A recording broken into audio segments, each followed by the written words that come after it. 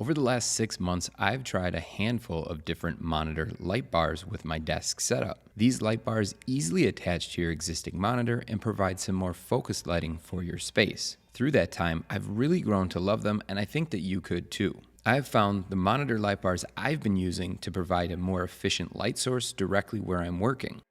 They've also helped to clean up my desk surface, creating that minimalist feel that I'm always striving to achieve. Using small table lamps or actual task lights in the past, I could never quite get them positioned just right, and they've always taken up too much space on my desk. But some monitor light bars can get fairly pricey, and if you're using a dual monitor setup, an iMac, or keep a camera on your monitor, they might not all work as well for you. Monitor light bars also weren't designed to be your only source of lighting, so if your space is dark, you'll still need some additional overhead lighting to create an optimized experience. With that, let's take a closer look at the 3 light bars I've been using to see if one of them might be a good fit for your desk setup. At only $16.99, the Sn-okylife is the least expensive option that I've been testing for light bars and is one that almost any of us should be able to at least consider because of its low price point. To be honest, this option has been good enough that I've been actually using this at my work office setup every day for the last few months.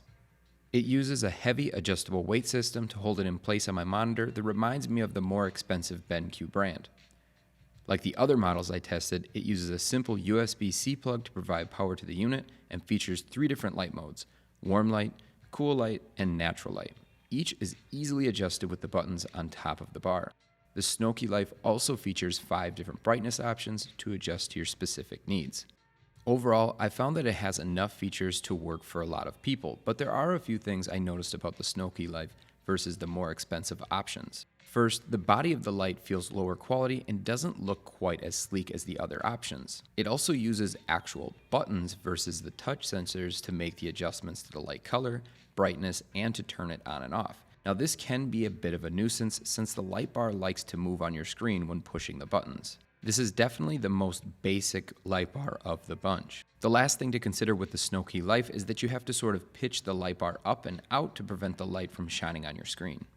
The second light bar that I've been using is the Baseus, which feels much better quality than that of the Sn-okylife for just a little bit more than twice as much at $37.99.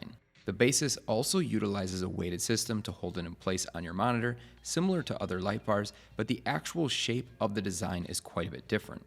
I found this mounting system to work quite well on my thin, flat monitors. The pivoting head feature on the Baseus helps to aim the light once attached to the monitor as well. This pivoting function features a ton of range.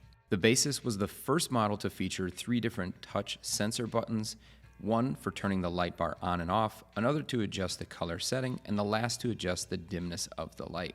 There are 3 color settings: warm white, neutral white, and cool white.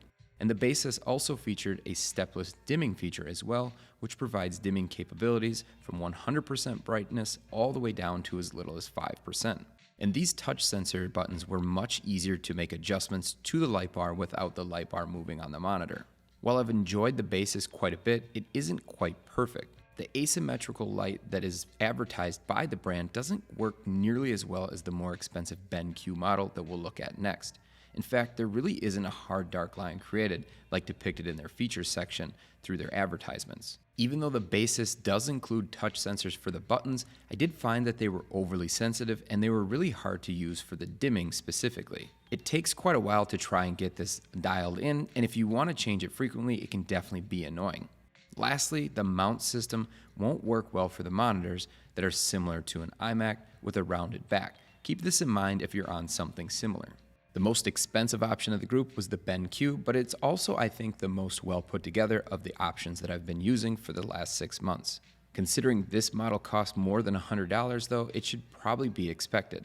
One of the most important aspects of light bars is the mount system that attaches to your monitor, and I found that the BenQ was definitely the best that I've tried for fitting a wide range of monitor sizes and shapes. The BenQ has a ton of flexibility with the light color options as well, with 8 different options to choose from between a 2700K up to 6500K and 15 levels of brightness with use of its auto dimming feature. One of the biggest issues I've had with the other light bars tested is the glare that the light creates on your monitor. The BenQ is the only light bar I've used to effectively reduce the glare and create a hard line where the light bar doesn't spread its light to your monitor. I found this to be an amazing feature that might be worth it for you as well. If aesthetics is important to you, I did find that the BenQ was just more well put together overall. You can just see from the button set to the overall structure of the aluminum alloy that's used, this was a really high-end looking and feeling model. And overall, the BenQ is without question the best of the models that I've used. As much as I want to find a problem with it, if you have the money in your budget, I don't think you'd be disappointed with its performance. So after using the 3 models of light bars in this video, I was curious what other options might exist for those of us with dual monitors, curved screens, or maybe something that didn't attach to the top of your monitor but provided a similar experience. I decided to buy the EppieBasic light bar that is absolutely massive and connects with a clamp system on your desk. And while I really enjoyed how much light it provided, especially with my unique monitor setup that I use, my biggest gripe was just how ugly it felt. Adding another clamp system to my desk, it just didn't look right. In the future, I plan to order a curved light bar to try on my curved 32-inch at work, so keep an eye out for that video to release in the future. Thanks for watching.